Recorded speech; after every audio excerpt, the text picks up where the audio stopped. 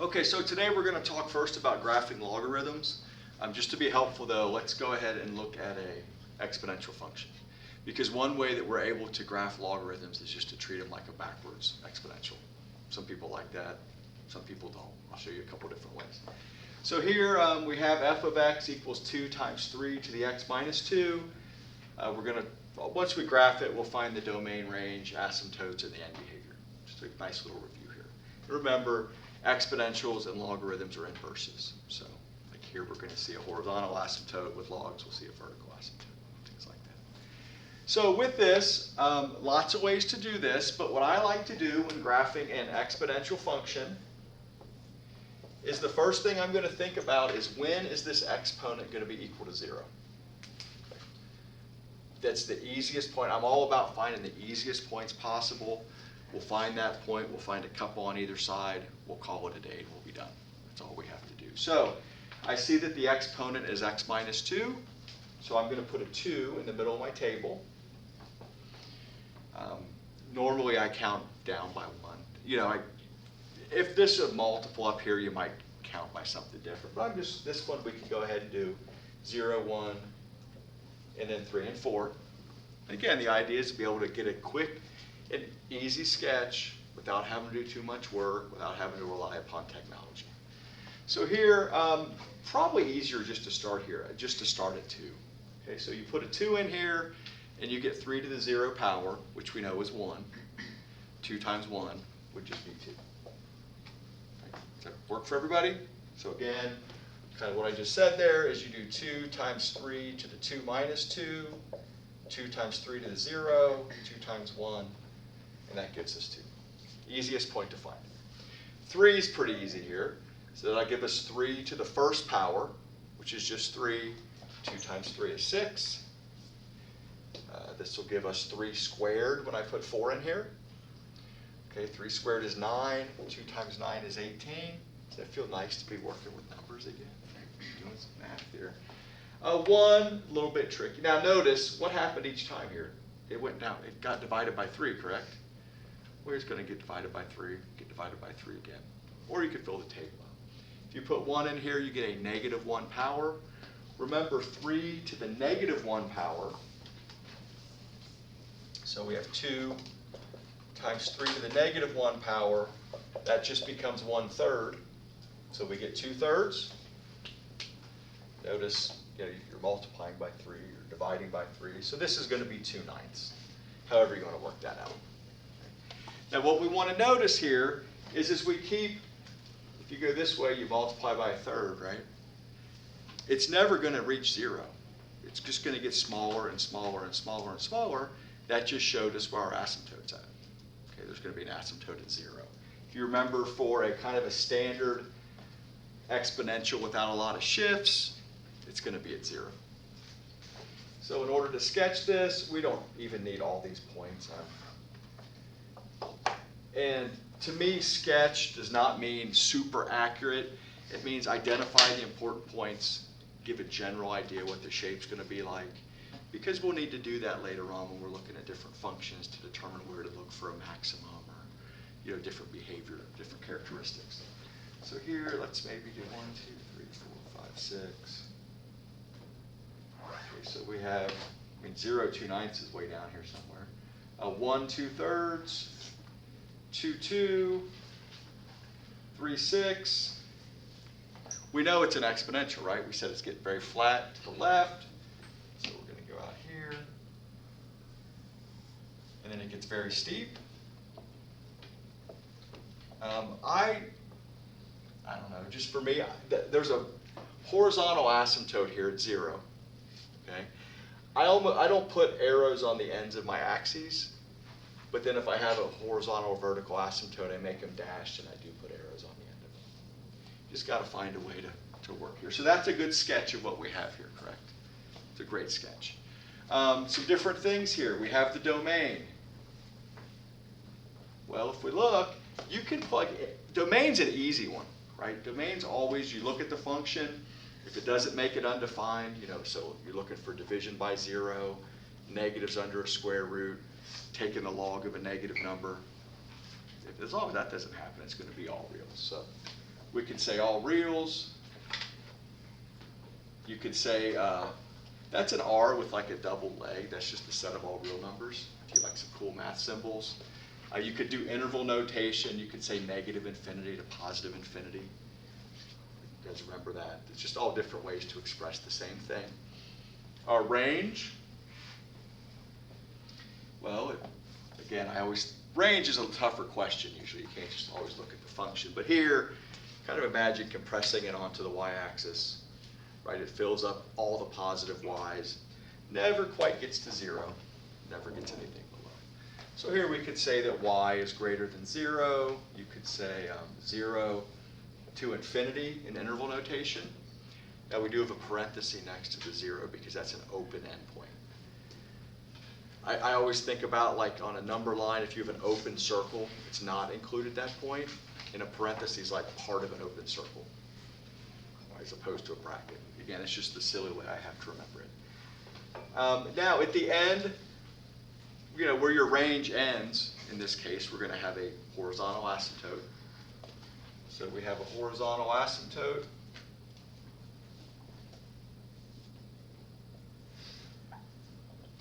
At y equals 0.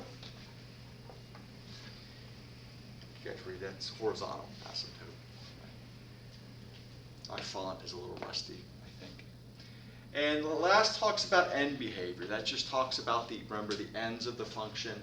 What happens as you approach positive infinity as x approaches positive infinity going to the right.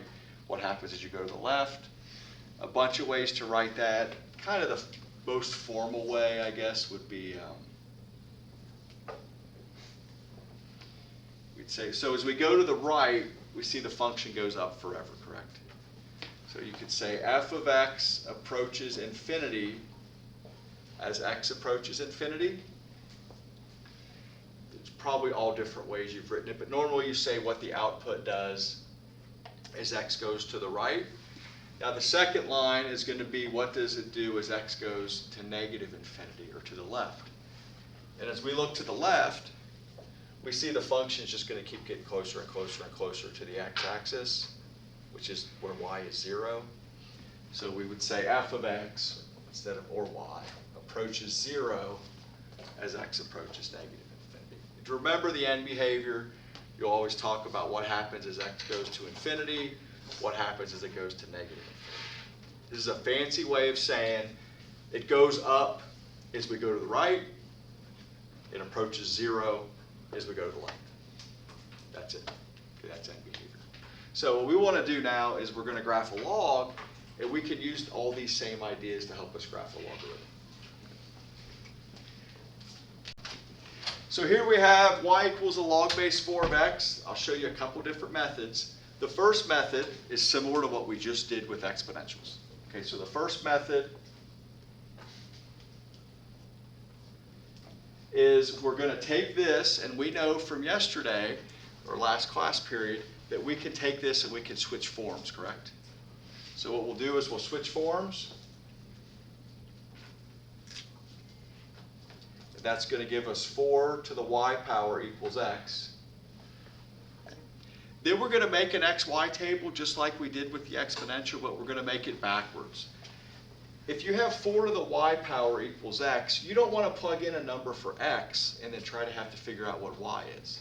That's challenging, right? It's a lot easier to plug in numbers for y, use that to figure out what x is. Okay, so we're going to make a backwards table.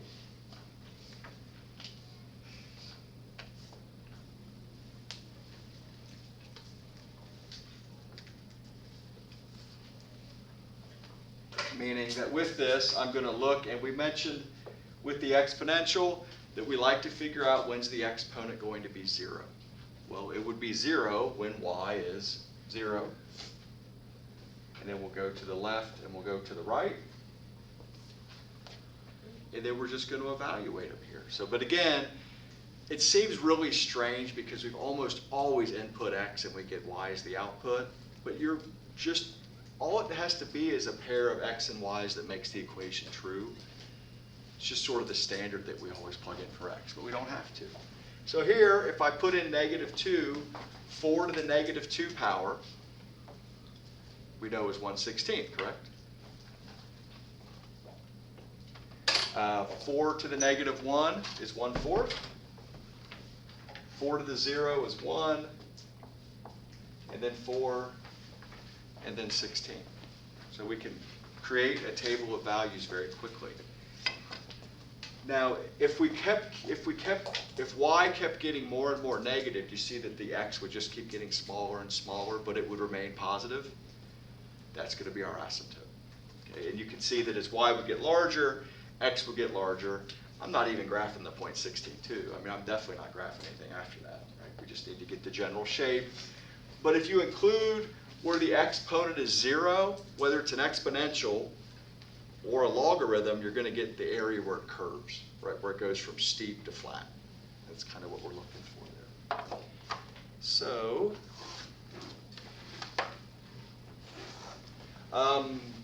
here it's not too bad. The hardest part is to remember to actually plot what's on your chart, because I tend to still flip them around backwards, like again, which is weird. So let's see, 1/16 negative 2. Roundabout there, right? And then we say 1/4 negative 1, 1, 0, 4, 1. And then we said that we're never going to get to where x is equal to 0, correct? So I would always, if you know what it is, I would recommend you put your asymptote in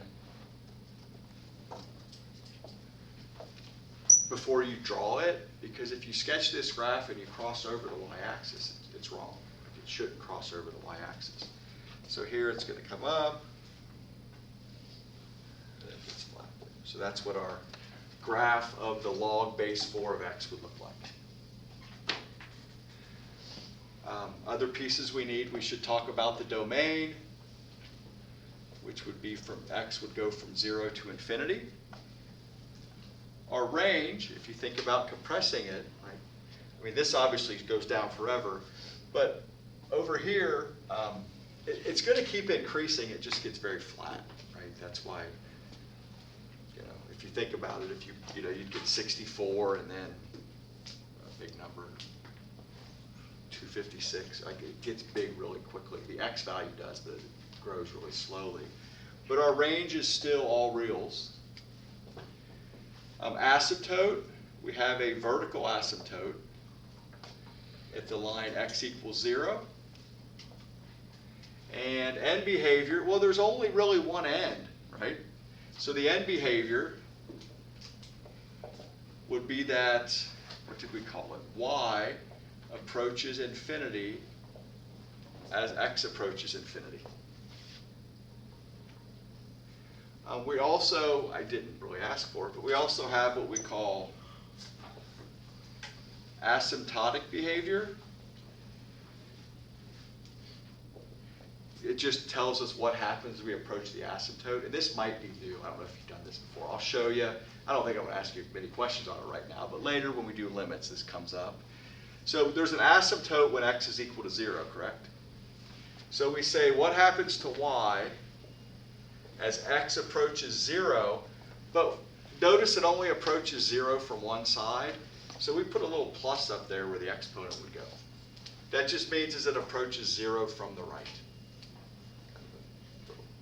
So as y approaches 0 from the right, y approaches negative infinity because it's going down. Okay, so again, this means approach 0 from the right. If there were a negative up there, it would mean you approach from the left. Again, that's just kind of fun stuff. Today I just want you to be able to sketch them if you need to, right? Where's the asymptote? What's the domain and range? Stuff like that. Okay, here's our second example we want to look at is y equals the log base 3 of x minus 6. You could totally graph it the way we did last time. Probably a little bit easier maybe than the second option in this case. Because again, this would, you'd get 3 to the y equals x minus 6. Right? And then since you're going to be solving for x and plugging in for y, I'd recommend you write it as 3 to the y plus 6 equals x. Right? Then your table, would be -2, -1, 0, 1, and 2, because we want to center where the exponent's 0 and do that. So if you want to try that, you'll get the same answer we're going to get the other way. But let's look at a second option on how to graph these. And there's a lot more options. If you really like transformations, you could graph the log base 3 of x and then shift it right 6 units. Most people don't like transform. I don't really like them that much. I'd rather just make a table, plot the points, and call it a day. So what we can do here with option 2 is, since we have a base 3, okay, we want the argument, which is x minus 6, to be equal to powers of 3. Right, so if we could get it to be equal to powers of 3, we'll figure out those x's to plug in, which will make it really easy to work with. Okay, so for instance, the easiest log base 3 to take is of 3, I think. 1's pretty close though, right? So let's think about what we can do here. If I want x minus 6 to equal 3, that means x would have to be 9, doesn't it? So for my table, I'll put a 9 in there. And hopefully you don't need to really write that out, but I'm just kind of showing it for demonstration purposes. Probably even easier than the log base 3 of 3 is the log base 3 of 1. That's an easy one. So if we say, when is x minus 6 equal to 1? That would be when we're at 7. Okay, that's another good one. Another one, well, 3 squared is 9, correct? So when is x minus 6 equal to 9? Well, that would be when x is 15. Like that. And with this, we could go when's it equal to 1/3, but then we have to do fractions and things. I might keep an eye on, we know from what we just looked at with logarithms that there's going to be a vertical asymptote when you get a 0 in here, correct? Because we could take the log of any positive number, but we can't take the log of 0. Okay, so I like to think about that there's going to be a vertical asymptote when the argument x minus 6 is equal to 0, or when x is equal to 6. Right, so we just found to sort of find your vertical asymptote. So the vertical asymptote occurs when the argument, whatever's inside it, in this case, when x minus 6 is going to be equal to 0. That's a nice thing to know.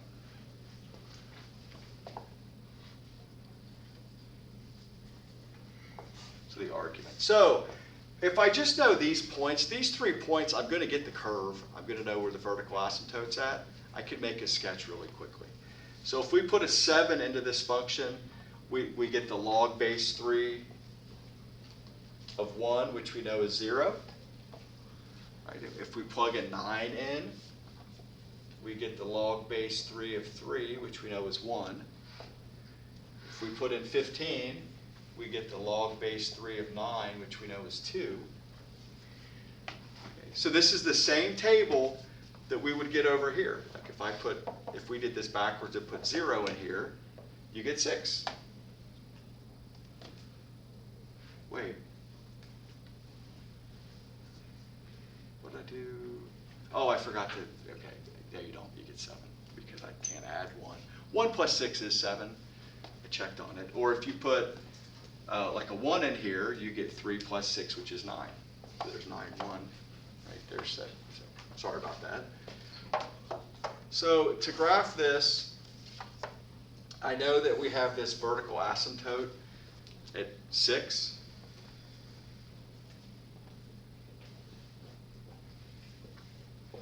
So go ahead and put again, a dashed line.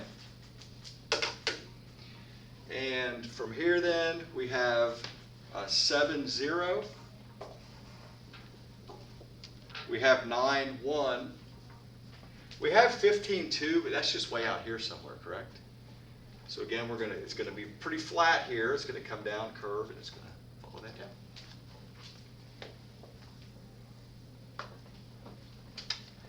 I would try some both ways. So sometimes one way's easier, sometimes the other way's easier. You're going to find one you prefer. As you're practicing, don't forget to graph it in your calculator. You can go to the table and look at the table of values, or you can plug in numbers and see what ordered pairs are there, kind of try to predict those. Here, let's see, so our domain would be 6 to infinity. Our range would be negative infinity to infinity. We said the vertical asymptote is x equals 6, right? Vertical asymptotes occur where the domain ends.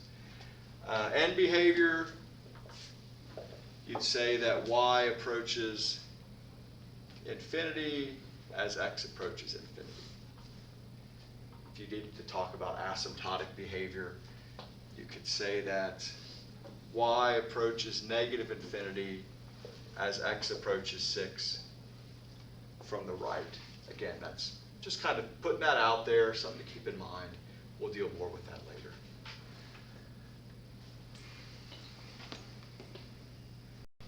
Okay, before we move on to equations, just a sketch that sometimes you need to make, and it's not maybe obvious how you do it, is the natural log of x, right?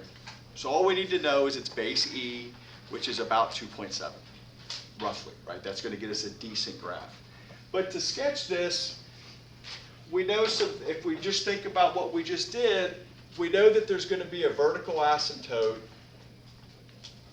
well, at x equals 0, correct? Because we can't take the natural log of 0. We can't take any log of 0. So that means that when we go to make our table, I'm just going to extend the x-axis with some dashed lines. I like to put arrowheads on those to show that that is a vertical asymptote. Two, I usually like to just graph with a ruler on a regular sheet of paper. I really don't use graph paper ever, because we just tend to sketch stuff. If you ever need a ruler, there's a bunch in the back. There's a big thing of scratch paper there as well. So there's one point, right? So we know it's going to approach this and it's going to go away. So the other points that are pretty easy to get is we know that any log of 1 is just 0, correct? So we have the point 1, 0. And then the other one, if we take the natural log of e, what's the natural log? If the base of the logarithm matches the argument, the answer is just 1, correct? So that's going to give us the point e1. We know e is about 2.7. So what we know is we know these 2 points.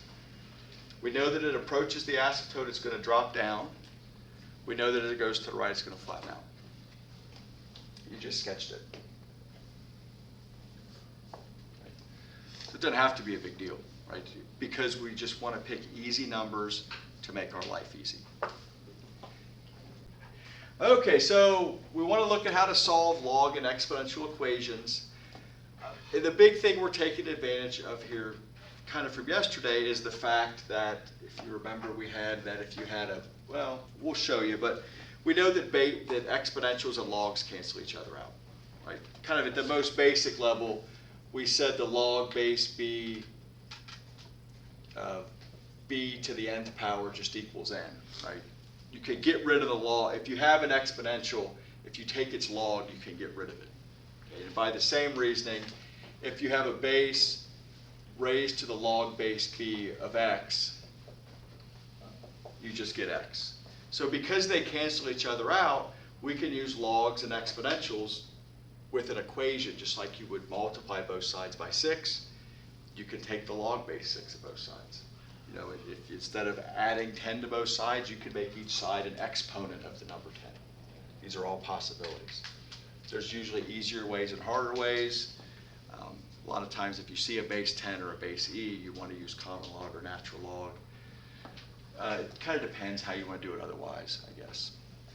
So here for our first one, we have 3 times the quantity 5 to the negative x divided by 4 equals 15. This actually, I'll show you I'll show you a couple ways here. So with this, the first thing you want to do, whether you're solving a log or an exponential, is you want to isolate the log or the exponential, right? So we don't need that, we don't want that 3 over there, right? Or if you had a number in front of a log, you'd either divide it or you'd move it inside using exponent rules. So here we'll go ahead and divide by 3 on both sides. So that would give us 5 to the negative x over 4 equals 5. This is why I didn't really love this example at first. Now, if you have a case like this, one option is just to take, you know that this exponent must equal 1. Ends up the answer is -4. You're done. But if you didn't, if you had a case like this where you have a log base 5 that you need to get rid of, we have a couple different options. I would probably recommend, there's a lot of things you could recommend, but I might just take like maybe the natural log of both sides just to kind of get used to working with it. Or in this case, you could take the log base 5 of both sides. If you do that, probably log base 5 is better. Of 5 to the negative x over 4 equals the log base 5 of 5. Now here, these just cancel, don't they? Okay. Or you could take the power and put it out in front, and this would just become 1, and so it would be 1 times that. But however you do it, you get negative x over 4 equals 5. Multiply both sides, or no, it wouldn't be, it'd be 1, wouldn't it? Multiply both sides by 4. So you get x equals -4. Usually exponentials work when you get them, so you do the opposite of -4 is 4. 4 divided by 4 is 1. Right? 5 to the first power is 5. 5 times 3 is 15. Again, probably could have made this a more interesting number. We could have seen some more interesting stuff there, but we can come back and look at that, or we'll see one like that. I'm pretty confident we do. So here, so that's an exponential. That's kind of a basic idea, okay? We know that with the property that we talked about yesterday, that if you have a log, any base of some expression to a power, right, is that you could pull that power out into the front and then just have a logarithm. So all the time to solve exponentials, kind of the general idea is you take the log of each side, pull the exponent out, and usually the log then is just a number. Like it's usually a pretty annoying number that you have to type in a calculator, but it's very doable. Now here's a logarithmic equation. You know, usually the easiest way is just to switch forms. And once you switch forms, you do the math. So if we do it that way, kind of one option, the log is already isolated. There's no number in front of it. There's nothing added or subtracted on that side. So this would be 3 to the -2 power equals x minus 5. Again, just switching forms like we saw yesterday. 3 to the -2 power, that is 1/9. Add 5 to both sides, we get 5 and 1/9 equals x. Now, with logs, you got to check them because a lot of times this will end up being negative when you go to check it, and it doesn't work, it's extraneous. So there's all the time you get extraneous solutions. But here if we look, 5 and 1/9 minus 5 is just 1/9. The log base 3 of 1/9 is -2. Just to verify that for you. Log base 3 of 1/9. Bunch of ways you could simplify that. You could say log base 3 of 1 minus log base 3 of 9, which is 0 minus 2, which gives you -2. Okay, so just kind of switching forms. Another way that you'll see that, it takes an extra step, but it has a really cool name. You can exponentiate both sides of the equation.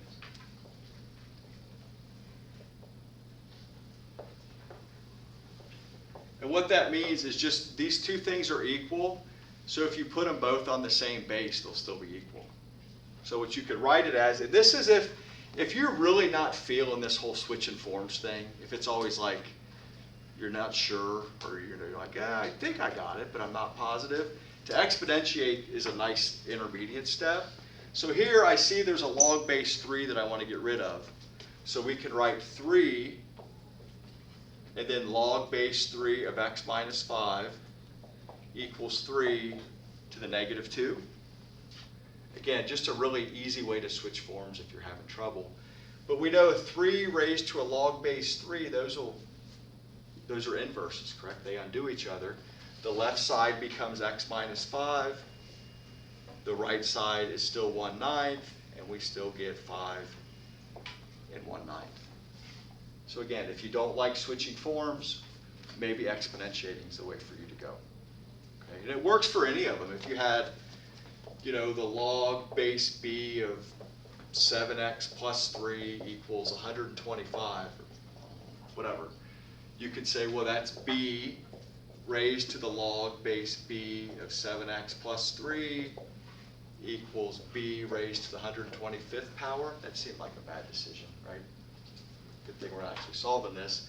Those would again cancel. You'd get 7x plus 3 equals b to the 125th. So all you did was change forms.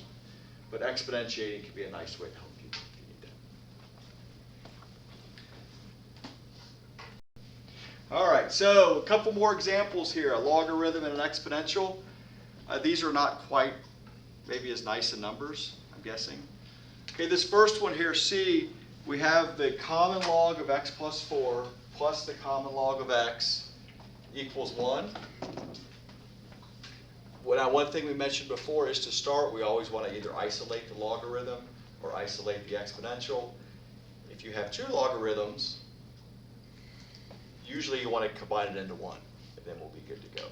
The exception is if you have a log equals a log and there's nothing else going on, then you just know their arguments must be equal, which is a little bit easier. But here, we have a log plus a log, so what we're going to do is multiply these together. So we get x squared plus 4x equals 1. Now at this point, we're going to go ahead and we could either exponentiate or we could switch forms. They're going to give us the same result either way. If we decide to make each side be a power of 10,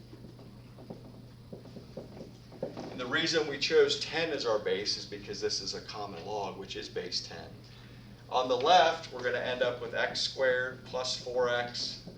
And then on the right, we're going to have 10. So we have a quadratic. X squared plus 4x minus 10 equals 0. I probably should have checked my answer because I don't think this factors. So with that, we want to solve that quadratic. For time's sake, I'm just going to use my program. So 1, 4, -10. And the answers here would be that x is approximately 1.742 or -5.742. Now if we had time, you could do the quadratic formula, right? You could get the exact answer. But usually on a non-calculator assessment, I'll make everything z factor just because that's not really what we're testing. Now at this point, if you stopped and you said you were done, it's not correct. Because if we go to test this, I'll probably go ahead and type these in and check them, but I can see right away, -5.742, that's undefined. So it doesn't work, it's extraneous. So it's out of here. If I check the other ones, I'm going to actually store that as x in my calculator, 1.742. Store that as x. And then I'm going to type in the common log of x plus 4 plus the common log of x. And it gave me 1 actually, but just because it rounded to the 3 decimal places. Like my program rounds stuff. Does that make sense though, the process there? So that's, again, you could jump right from one form to the other. If you'd like to exponentiate, you can.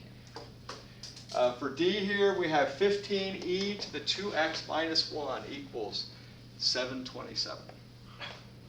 Well, looks pretty ridiculous, right? I'm going to probably do most of this without a calculator and just get an exact answer, and then at the very end we can type it in and see what decimal approximation we get. Let's see. No, done. Okay, so I know first I need to isolate the e to the power, correct? So I'm going to go ahead and have e to the 2x minus 1, and then 727 over 15. I don't want to bother getting a decimal because it's going to round it. I can see that 3 doesn't go into 727. I know that 5 doesn't go into it either, so that's fine. Now at this point, I need to get, I guess some people might switch forms, but here, I know to get rid of a base of e, I'm going to take the natural log of both sides, because that'll cancel out with the base of e. So I'm going to get natural log of e to the 2x minus 1, natural log of 727 over 15, which is probably a very unpleasant number, but it's a constant. I can type it in my calculator, no big deal. So now here the left side becomes 2x minus 1. This remains our natural log of 727 divided by 15. At this point, I just want to solve for x. Just like in grade school, right? I'm going to add 1 to both sides, divide by 2. So the natural log of 727 over 15 plus 1, all divided by 2. That's our exact answer. Like you, I have no idea what number that is. So I'm going to go ahead and approximate it and use that to check it. And actually, what I'm going to do is I'm going to type this in my calculator. I'm going to save it as x right away. Then I'm going to go back and type this in. So that way it'll get as many decimal places as possible.